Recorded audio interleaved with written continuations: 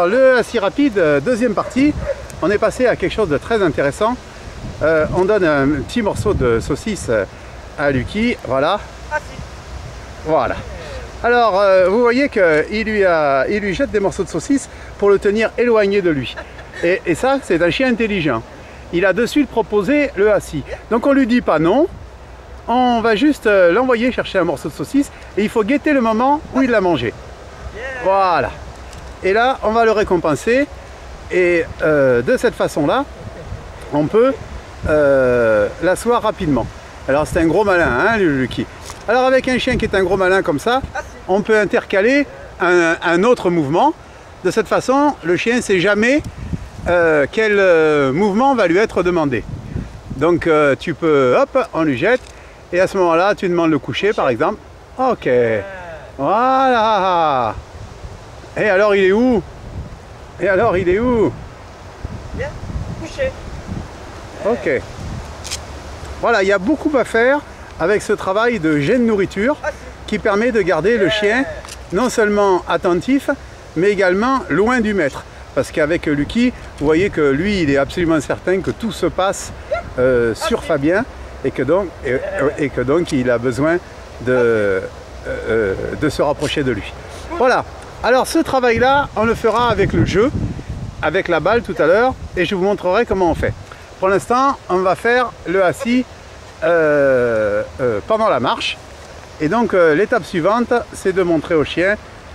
Voilà. Moi, je ne suis pas du tout partisan d'aller trop doucement.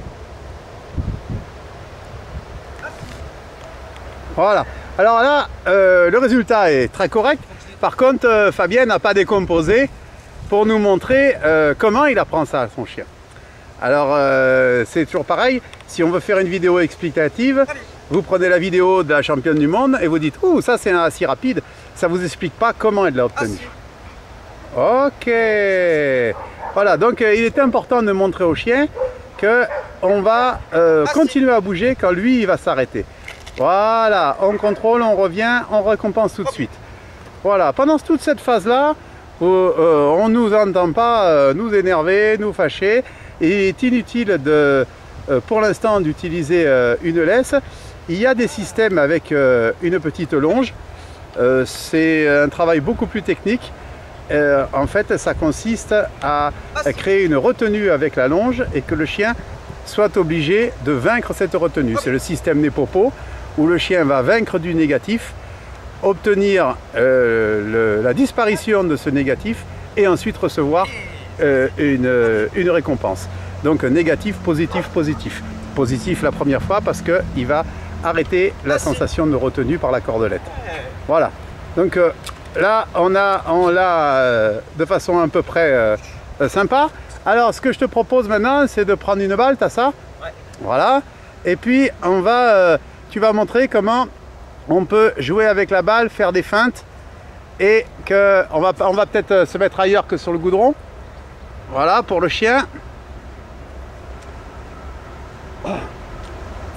Et tu joues et à un moment, tu fais l'interruption. Et tu commandes ta position. Alors pour l'instant c'est le assis, mais bien sûr on peut mixer rapidement ça. Tu peux aller dans cette direction, comme ça j'aurai pas à bouger la caméra. Ouais, pas sur le goudron, va Fabien. Voilà.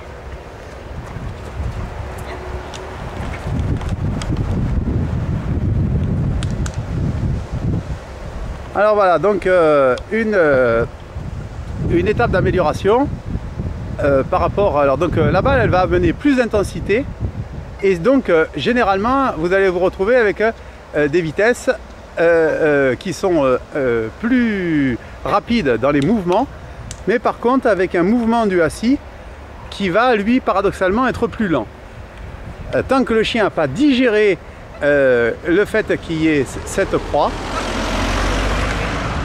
tant qu'il n'a pas digéré le fait qu'il y ait cette proie sous son nez et qu'il a quelque chose à faire et qu'il a besoin de se concentrer sur ce quelque chose avant d'obtenir la balle, ça va être très difficile pour lui, il va avoir tendance à s'asseoir au ralenti. Alors, peu de gens l'imaginent, mais en fait, de travailler sous tension, comme on dit, avec cette chose-là. Voilà. Ça, vous voyez là, vraiment qu'il y a une tension chez le chien. Hein. Il ne s'assoit pas calmement.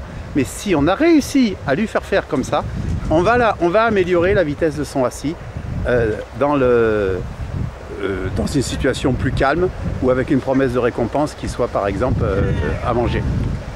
Vous voyez que pour que le chien y croie, de temps en temps il faut qu'il l'attrape.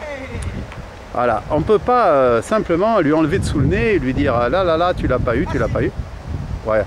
Voilà, vous voyez cette attitude caractéristique avec les coudes pliés, qui est un peu un assis de border, même si Lucky n'est pas un border, et qui est caractéristique d'un assis sous tension. Voilà, c'est tout pour aujourd'hui.